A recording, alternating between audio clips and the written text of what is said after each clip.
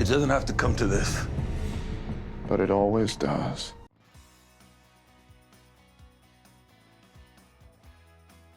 Number 20, Victor Bazco. Mike Anderson is one of those rare cops in Dexter, sharp, principled, and just getting started at Miami Metro. Probably right, but... Still. Sure, yeah, you should check it out. Sadly, he's gunned down by Victor Bazco, who's trying to cover up a crime. Mike wasn't that close to Dexter, but his death must have struck a nerve. So Dexter does what he does best. He investigates, tracks Victor down, and catches him right before he can skip the country. In a quiet airport bathroom, Dexter drugs him up and sets up the kill. Victor tries to bribe his way out, but we all know Dexter didn't come to negotiate. When Victor realizes this, he accepts his fate. Is there anything I can do to keep you from killing me? No. Then get it over with! Sure, a kill room at the airport sounds wild, but if anyone can pull it off, it's Dexter. Number 19, Nathan Martin. While Dexter claims to follow a code, he's bent the rule more than a few times, and Nathan Martin is proof. We first meet Martin at a supermarket where he shows too much interest in Astor. He wanted to know what the Cheerios are. Aisle 3, other side of the store. Ah, thanks. If there's one thing Dexter's good at, it's spotting predators. After taking note of Nathan's license plate and doing some digging, he confirms his gut feeling. Still, Nathan doesn't stop there. He starts stalking Astor and taking photos. After a public confrontation, Dexter breaks into Nathan's home, and what he finds seals the deal. Driven by the fierce need to protect his children, Dexter strangles him. Honestly, we can't blame anyone who thinks it's a well-deserved death. Nathan had it coming. Nobody hurts my children. Number 18, Clint McKay. There's no denying that Clint McKay was an awful father. After the traumatic childhood Hannah had because of him, he comes back again, and for a moment it seems like he's changed. I don't expect you to forgive me. I don't see any reason that you should. Not after everything I put you through. But it's important, you know, no matter what. I always loved you. I always will. But no, he's just back for money. When Hannah doesn't hand it over, the monster resurfaces. He plows through her greenhouse with his truck and tears her down with harsh words. Then he resorts to blackmail. Code or no code, that's when Dexter decides he must die. Dexter ambushes him in a parking lot and dispatches his lover's father like any other target. Just before the fatal stab to the chest, Clint gets a glimpse of the devil inside Dexter. You got the devil inside you, boy. No, I think it's just me. Sometimes being a jerk can get you killed. Number 17, Rankin. At first, Dexter was all about Harry's code, and in a twisted way, it made sense. But sometimes Dexter kills simply because he can't control that strong urge. What's your problem? Nothing. That's exactly how Rankin becomes a victim. Like Clint McKay, Rankin's an obnoxious man, and he crosses Dexter at the worst possible time, while he's still dealing with Rita's death. This loudmouth hurls insults at Dexter, and when Dexter confronts him, he goes on to insult dead Rita. It's enough to unleash the beast. I never meant to hurt her. Though Rankin puts up a fight, a rage-filled Dexter bludgeons him without mercy. Another reason you should never pick a fight with a stranger, you never know what they're capable of. Number 16, George King. He was known for skinning them alive. He manages to evade capture for a while until he ends up on Dexter's radar thanks to Miguel, who hires him to kill Dexter. George King. So Ramon wasn't the only one following me. I underestimated Miguel after all. On Dexter's wedding day, King kidnaps him and prepares for torture. But this is Dexter's show after all, and the tables quickly turn when Dexter frees himself. What follows is a violent clash between these killers, made even more intense by the sound of approaching sirens. In the end, Dexter brutally snaps King's neck. If you ask us, it's an easy death for someone so cruel. I heard you nab George King? Yeah. Great big scary contra boogeyman gets surrounded and takes the chicken shit way out. Number 15, Ray Speltzer. When it comes to the most sadistic killers in Dexter, Ray Speltzer ranks high. Even after getting arrested, Speltzer walks free on a technicality. The judge threw his confession out of court. He walked. When? 2 hours ago. Dexter takes matters into his own hands. Things get complicated when he ends up inside Speltzer's maze, but he figures out the game and escapes. By now, the tension is already at a boiling point, and we're eagerly awaiting Speltzer's downfall. It finally comes when Dexter lures him to the cemetery, and one shovel hit later, Speltzer wakes up on Dexter's table. Taunting him like he did his victims, Dexter stabs him before shoving him into the flames of the crematorium. Goodbye, friends. Brutal, but deserved. Number 14, Mike Donovan. To the outside world, Donovan was just a nice preacher helping the underprivileged in his community. There he is. Mike Donovan. He's the one. But behind the holy facade was a perverted killer who targeted young boys and has already taken several lives. After doing his research, Dexter finally confronts him with photos of his victims. Though Donovan pleads that he can't help himself, Dexter isn't buying it. I couldn't help myself. I couldn't. Please, you have to understand. Trust me, I definitely understand. See, I can't help myself either. He delivers his own brand of punishment, executing the kill with precision and disposing of the body neatly. It's a standout moment because it's our introduction to Dexter's dark impulses and his ruthless code. Number 13, Ken Olsen. If you're trying to copy a killer like Dexter Morgan, you better be flawless. Otherwise, you'll end up on his table. That's exactly what happened to this sloppy copycat who claims to be the Bay Harbor Butcher. I think you're a ticking time bomb. You ask me, you just needed a reason to take the law into your own hands. And the Butcher was the perfect excuse. But impersonation wasn't the major reason Dexter killed him. Under the disguise of being Dexter's other identity, Ken Olsen had killed 2 people and tried to kill a third, his boss. For Dexter, killing is permitted by his code, not personal gain. But Olsen, he killed for himself. So Dexter hunted him down, showed him what a real kill room looked like, and decided there could only be one dark defender in Miami. Well, I mean, I knew you weren't gonna kill me. No, I'm gonna kill you. I have to. I just don't need to. Number 12, Joe Walker. Being a jerk in high school might be forgivable, but being a jerk who kills your own wife to dodge an expensive divorce, that's a whole different level. Hey, I was sorry to hear about Janet. Yeah, that was tough. But I understand you kind of went through the same thing. Yeah, it's true. We both lost our wives way too early. Joe Walker crosses that line, and karma catches up with him in the form of Dexter at their high school reunion. After confirming that Janet Walker didn't take her own life, Dexter lures Joe into a shed where things go sideways. The two brawl, but Dexter proves he's the better fighter. What's darkly funny about Walker's death is his rants about how divine justice would protect him. You cannot kill me, for God is a mighty fortress. Joe, please stop. Dexter's answer? A giant sledgehammer to the head. For someone who spent his life playing the tough guy, Joe did not see that coming. Number 11, Santos Jimenez. If Santos Jimenez and his crew hadn't murdered Dexter's mother and left him lying in the pool of her blood, maybe things would have turned out different. So if anyone deserves a spot on Dexter's table, it's this notorious drug dealer. This is gonna be awkward. But I need to tell you how I feel. No, what you need to do is leave, because you've been eyeballing me all night. 34 years after Laura Moser's murder, Dexter tracks him down to his tavern, but fails to finish the job. Instead of backing off, Jimenez makes the big mistake of coming after Dexter.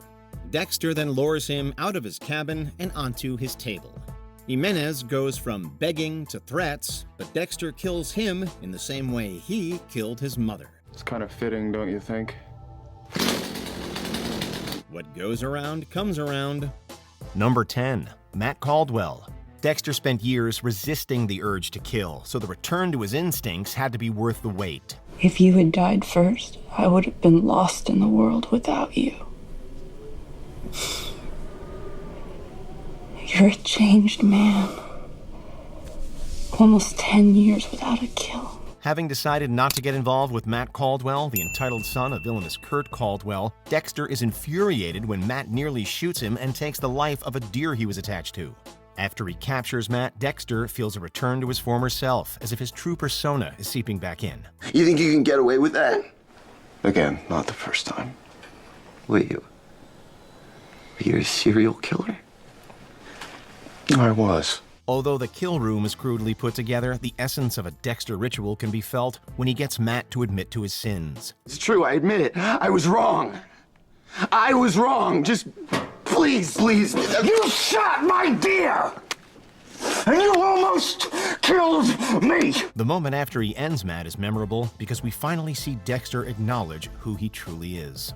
Hello, Dexter Morgan. Number 9. Lila West. Lila Tournay, or Lila West, is a toxic influence on Dexter, which he realizes after she tries to eliminate Rita and the kids. She seals her own fate after causing the demise of James Dokes. Knowing that finishing Lila off is now an option, Dexter's first attempt fails, but he makes sure he gets another. Despite Lila's escape to France, Dexter arrives to incapacitate her. Dexter, You wanted to be close to me, Lila. This is the most I have to offer. I can't feel my legs and my body. Good. In a rare act of mercy, he makes her last moments painless, although Dokes is avenged.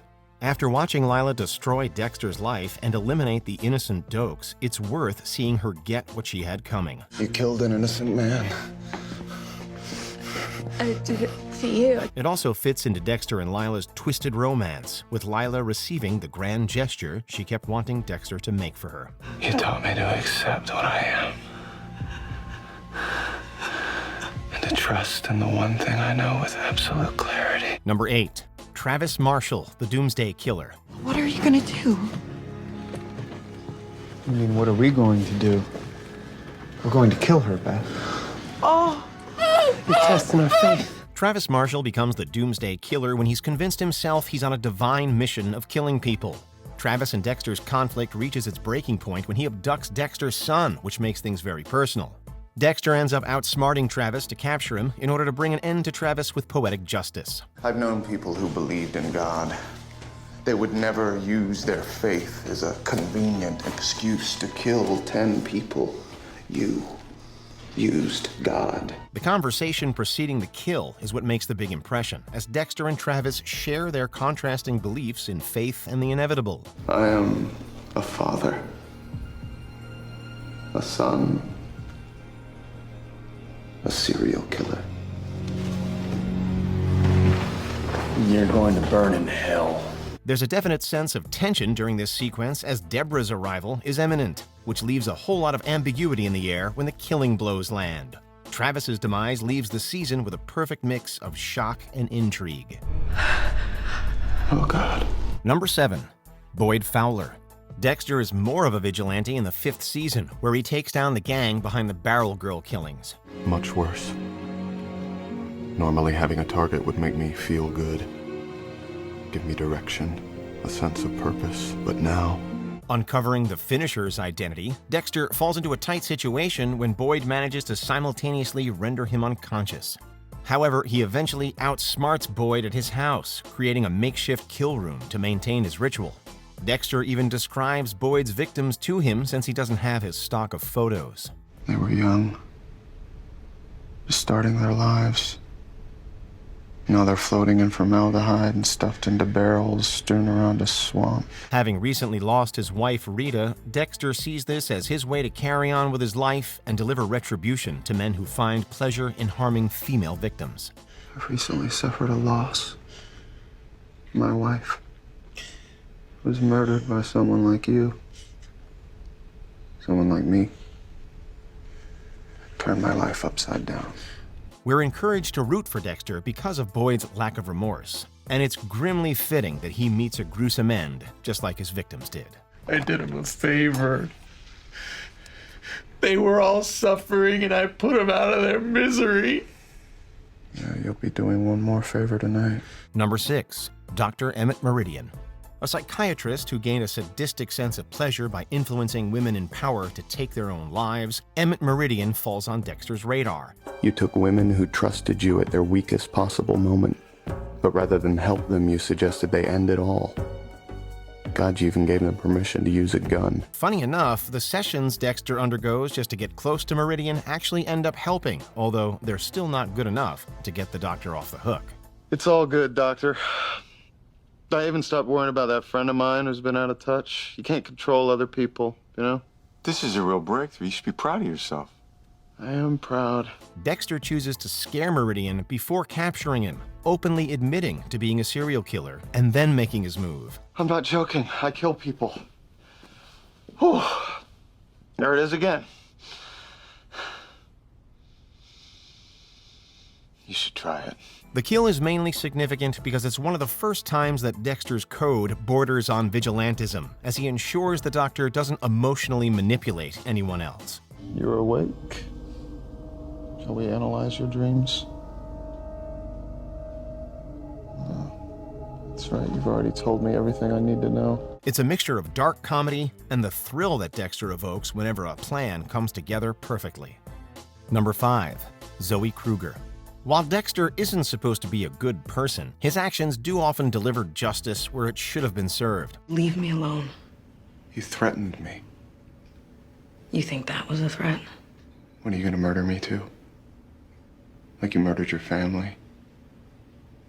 Your own daughter? Dexter deduces Zoe Krueger as the person who took the life of her own child and blamed it on her husband, and realizes she's a shrewd tactician who's onto him. She's going to make it look like I walked in on a home robbery, got myself killed. She's good at creating the narrative of a crime. Zoe proves to be a tough target for Dexter to catch before successfully luring her to his house and then capturing her. Zoe is the victim who confirms to Dexter that he truly appreciates having a family and that there might be monsters worse than him out there. I couldn't breathe. You did it to survive. You understand? Dexter makes Zoe realize that her actions were an excuse to run away from responsibility, and in his way, taking her life is Dexter being responsible. You will choose your life over theirs. I won't. I'd rather risk them knowing the truth than lose them. Number 4, Oliver Saxon, the brain surgeon. The villain who deals Dexter's life in Miami the overwhelming blow is Oliver Saxon, also known as the brain surgeon. I don't need to kill you.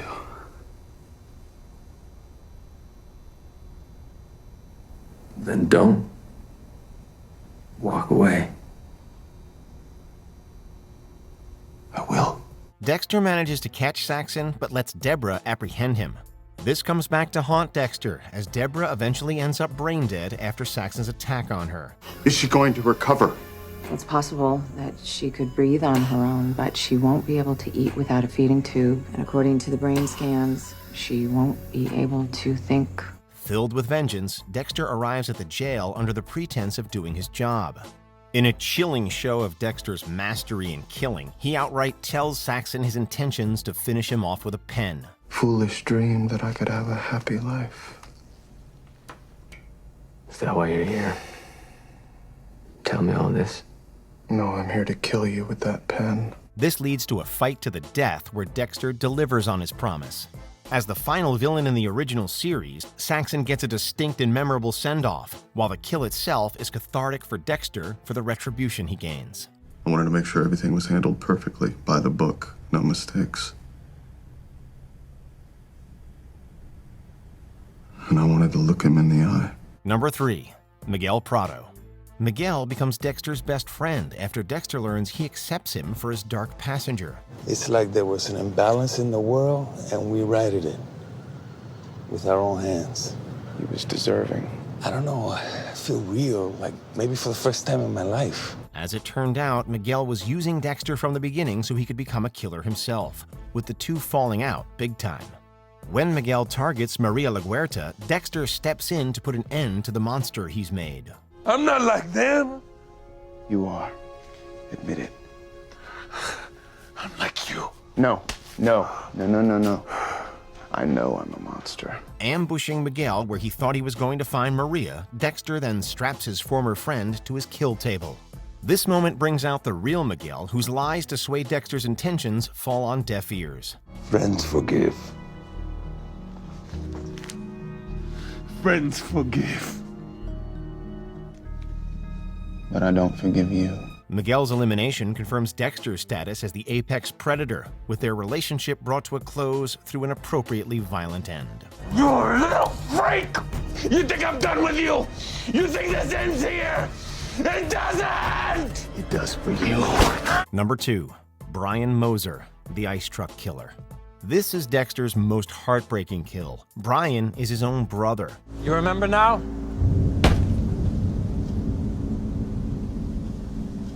Pliny. You always had trouble saying Brian.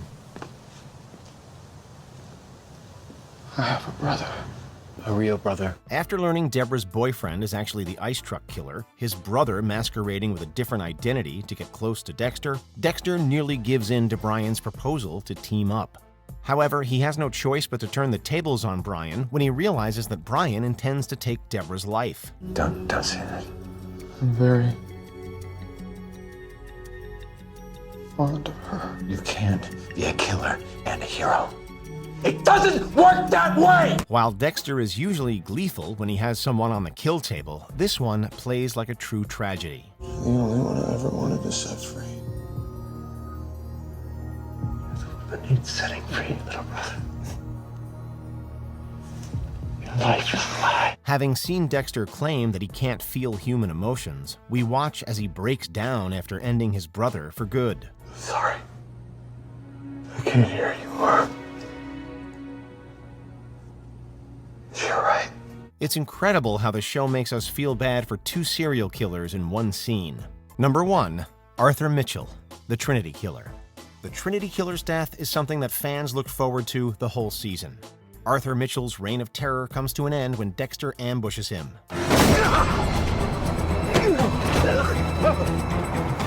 Hello, Arthur Mitchell. He's brought to a unique kill room adorned by the pictures of the many people Arthur slew over the years, along with reminders of his childhood.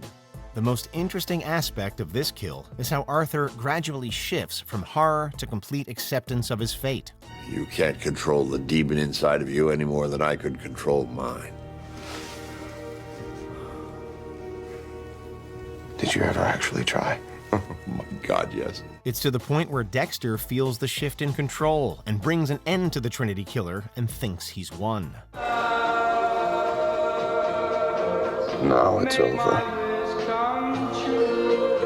Arthur's acceptance is understood when Dexter returns home to find his own wife dead, thus adding an additional layer of horrifying subtext to the Trinity Killer's death scene. I accept nothing. Nothing is inevitable. It's already over. It's already over. What do you think is the best Dexter kill? Let us know in the comments. No, Mr. Jimenez. I'm gonna kill you tonight.